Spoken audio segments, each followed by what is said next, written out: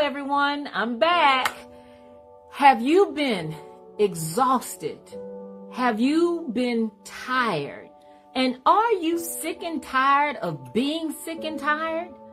I just got back off of a mandatory retreat because I was exhausted from carrying the weight. And what I want to do now is share with you how you can be unstuck from carrying the weight of everybody else. How can you get out of the weight of being sick and tired of being sick and tired? Exhausted. Fatigue. It's not just something that somebody makes up. It's something that you actually feel when you have been working and working and working and working and you are just dog tired, trying to keep it all balanced. And it comes from not just physical exertion, but the burnout happens, the knockout happens, the crashes happen when you've been carrying the emotional weight. And what I want you to get to see today is I want you to look at whether or not you're out of alignment. Are you carrying the weight of other people? Are you carrying an assignment, the weight of an assignment that's not even fully yours? I want you to think about these things. Controlling the outcome is the pivot point. When you have a task to do, or you have something you want to achieve, or you want to push someone to another level of service, of being, of fulfillment, then your goal and your task is to guide. God says, my yoke is easy and my burden is light. And it is when we move out of our lane into God's lane, into trying to control the outcome, that we feel the heaviness and the weight. And when you find yourself working there, being there, stuck there, that's when fatigue sets in. That's when the imbalance come in. You see, we're not responsible for the outcome. All things work together for good, if you're working according to God's purpose. But we're not responsible for the timing of when that happens. We're not responsible for even the outcome. We do our part. Others do their part. And God is faithful to do his part. It is when you are trying to do your part and somebody else's part and somebody else's part, and then you want to control the outcome, which is God's part, that we feel the weight, that it feels burdensome, that we get to feeling exhausted. We are stewards. We're not the source. We're just vessels and vehicles. We're not the source. Your assignment is effort, to do it with integrity, and to have good leadership. But the outcome, that's God's business. The timing, that's God's business. And that's other people's choices. When you get to the point where you find yourself being run ragged because you want it to happen by this date, you want all of these to be done by this time, you want to see the fruits of your labor by this time, it's good to work toward that. But let me be clear, the timing and the outcome of it, that's God's business. And when you move into his lane, that's when you'll feel the burden of it. That's when you'll be frustrated by it. That's when anxiety will come in. And that's when your peace will be robbed. Let's talk about this.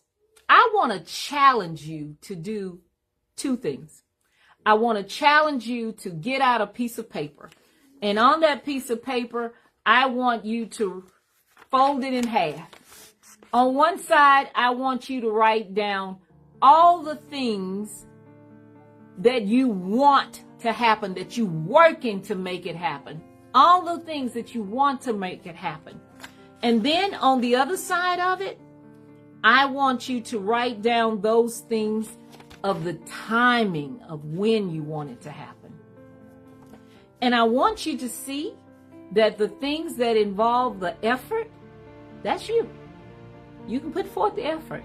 You should put forth the effort. Faith without works is dead. The effort is your responsibility. But that timing column, that's all God's business. And when you get to the point where you want to make it happen by this time and that time, you're out of your lane. And you'll hear me say from time to time, stay in your lane. We can't be doing God's business and expect to have the peace and to expect to have the freedom that we want. You just won't.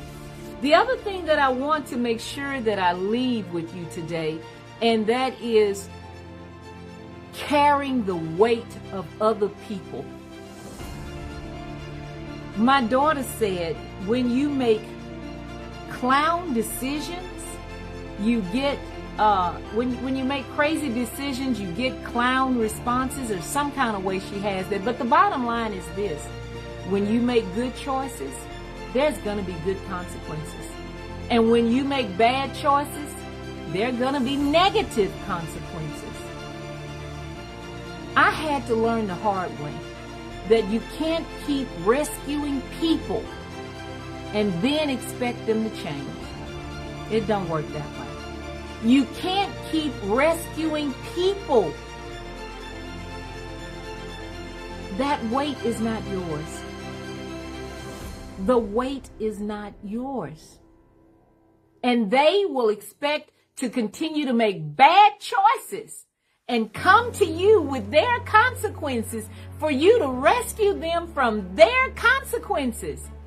And you will wear yourself out trying to be their rescuer, trying to save them. When the truth of the matter is, they won't learn if you keep rescuing them from their consequences.